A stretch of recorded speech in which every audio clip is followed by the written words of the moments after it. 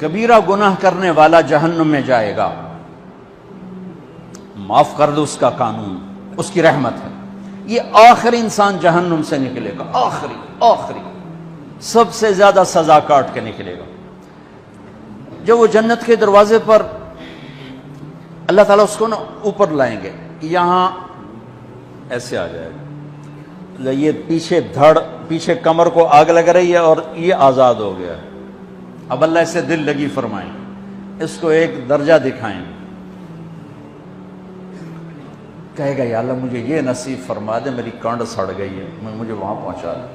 تو اللہ تعالیٰ فرمائیں گے اگر میں نے وہاں پہنچایا پھر کوئی مانگے گا نہیں، کچھ نہیں مانگتا ہی بہت۔ جب وہ پہنچے گا ابھی اس کا آخری مرتبہ آگے، تو اللہ ایک اور درجہ دکھا دے گا۔ جب اسے دیکھے گا تو انسان کی طبیعت میں لالچ تو ہے، رکتا تو ہے نہیں، تھوڑی دیر بعد کہے گا یا اللہ اے دے دے، تیری کڑی کمی۔ تو اللہ تعالیٰ کہیں گے پھر اور مانگے گا نہیں، بالکل نہیں مانگتا۔ تو اللہ تعالیٰ وہاں پہنچا دے، پھر ایک اور دکھا دے گا، تھوڑی دیر تو صبر کرے گا، پھر کہے گا یا اللہ کوئی گل نہیں، اے دے دے، تیرے ان کا گھاٹا ہے، اور مانگے نہیں، بالکل تیری عزت کی قسم۔ اب اللہ اس کو اس کا اصلی درجہ دکھائے گا، لیکن اب یہ ڈر جائے گا کہ اتنی باری میں چکر بازی کی تھی، جو ہوں مانگیا تھا کہ نہیں واپس ٹکٹ نہ لگے، لہٰذا وہ چپ ہو جائے، مانگے گا۔ اب اندر ہی اندر وہ ڈر رہا ہے، اور ادھر بے صبرا بھی ہو رہا ہے۔ آدمی پیدل ہوتا ہے چل کوئی سائیکل ہی دے دے، میں سورا بھی دے دے، کوئی گل نہیں، چلاواں تو صحیح۔ جب سائیکل آتا ہے تو کوئی موٹر سائیکل گزرتا اللہ صحیح ہے، کوئی موٹر سائیکل دے دے، میں ہمیں سزوکی ہوئے وہ تو دے۔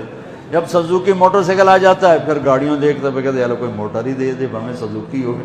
جب سزوکی آتی پھر آندہ یا اللہ ٹویوٹا دے دے، جب ٹویوٹا آتی یا اللہ لینڈ کروزر دے دے، مقدہ تک کدا ہی نہیں آتا حرص و حوث، اس لیے میرے نبی فرمایا قبر کی مٹی تیرے حوث کو بھرے گی۔ جب وہ چوتھا درجہ نظر آئے گا نا، جو اس کا اصل ٹھکانہ ہے، اب ڈرے گا کہ کہیں ریورس نہ ہو جاؤں۔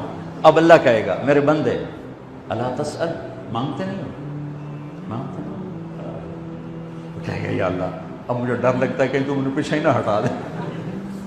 تو اللہ تعالیٰ فرمائیں گے اچھا یہ بتا، میں آپ کو بتا رہا تھا کہ لا الہ الا اللہ پاسپورٹ ہے، محمد الرسول اللہ ویزا ہے۔ کس ملک کا ویزا ہے جس کا سب سے چھوٹا درجہ، چھوٹے پر میں اتنا زور لگا رہا ہوں کہ اور میرے کو زور ہے ہی کوئی،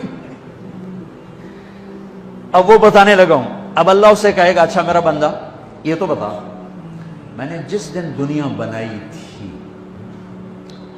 اس دن سے لے کر جس دن ختم کی تھی اس کا 10 گنا کر کے تمہیں دے دوں، راضی ہو؟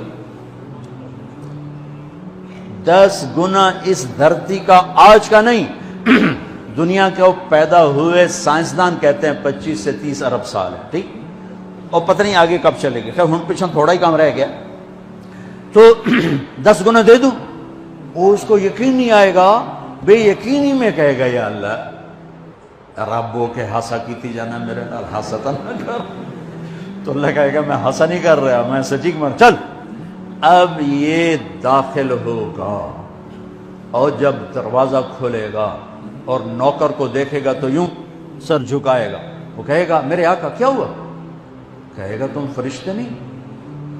کہ نہیں میں تو آپ کا نوکر ہوں، اور میرے جیسے 80,000 نوکر ہیں آپ کچھ۔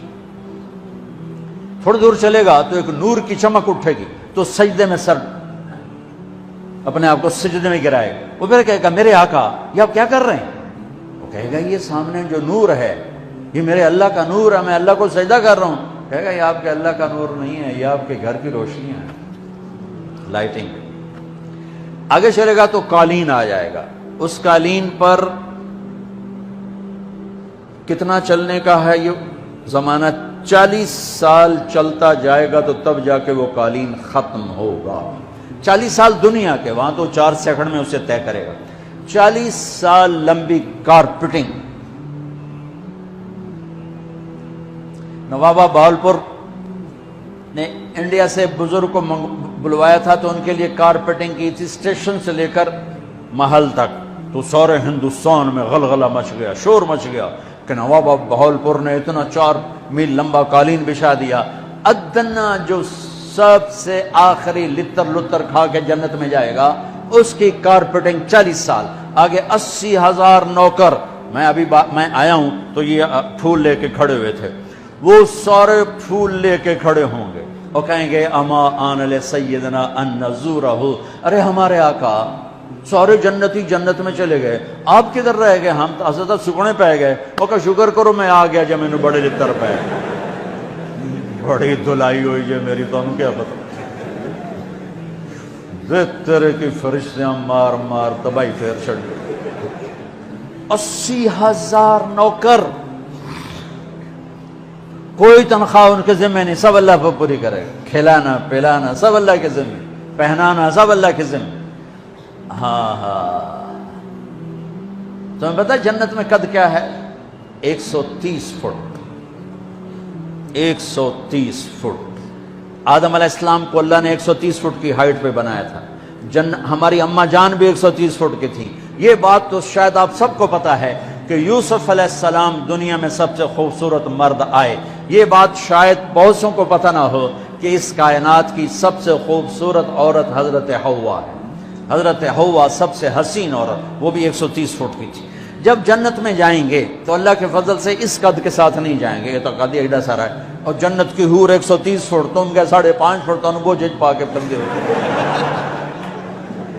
اب وہ 130 فٹ ہائٹ ہو اور ڈاکٹر یوسف 5.5 فٹ دا اندر گیا تو وہ جچی گم ہو جاؤنا، اس اگر میرا ہسبینڈ گیا کہ دیکھا بے پاسے سجے پاسے جولی ہے جو مغرور۔ تو 80,000 نوکر کہیں گے کہاں رہ گئے؟ وہ کہے گا شکر کرو میں آ ہی گیا جائے۔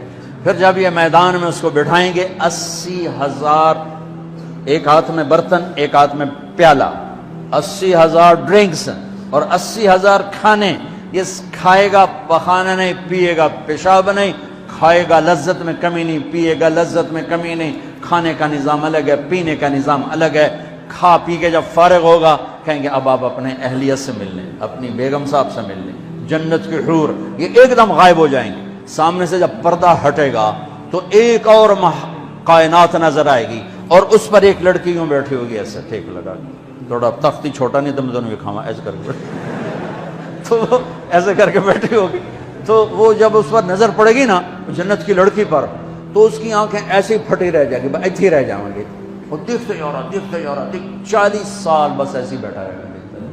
جس نے جنت کے کالے کالے دوزخ کے کالے فرشتے دیکھے ہوں وہ حور نو وے کہ مرے گا نہیں تو اور کیا ہو، وکھی جندہ وکھی۔ آخر وہ بولے گی اما لک فینا من رغبت، میرے آقا آپ میرے پاس نہیں آئیں گے؟ پھر اس کو ہوش آئے گا، ارے بی بی تو کون ہے؟ کہتے تیری بیگم اور کون، تیرے انتظار میں بیٹھے بیٹھے گھڑیاں بیت گئیں۔ تو یہ سب سے ادنا درجے کی جنت ہے، تو اعلیٰ درجے کی جنت کیا ہوگی؟ اور یہ ایمان والی عورت، یہ ایمان والی عورت جو دنیا میں اللہ اس کے رسول کو راضی کر کے چلی گئی، اس